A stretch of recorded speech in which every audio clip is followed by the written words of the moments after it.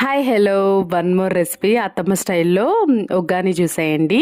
ముందుగా వాటర్లో తడిపి బొరుగుల్ని పిండి పక్కన పెట్టుకోవాలి. స్టవ్ ఆన్ చేసేసి ఆయిల్ కావాల్సినంత వరకు వేసుకొని Do like and subscribe to my ఇది YouTube. టమాటో అండ్ పచ్చిమిర్చి ఉల్లిపాయ చాప్ చేసుకొని పెట్టుకోవాలన్నమాట ముందుగా.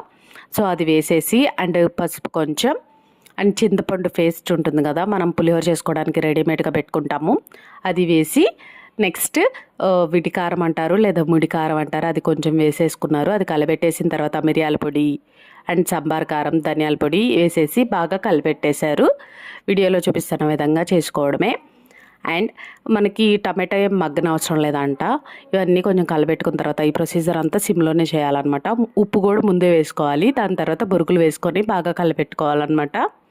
లాస్ట్లో 5 మినిట్స్లో దించుతామనగా కొత్తిమీరతో గార్నిష్ చేసుకుంటే చాలా టేస్టీగా ఉంటుంది. మీరు ట్రై చేయండి. అల్లం వెల్లుల్లి పేస్ట్ కూడా వేసుకుంటారంట, మీకు నచ్చితే వేసుకోవాలి.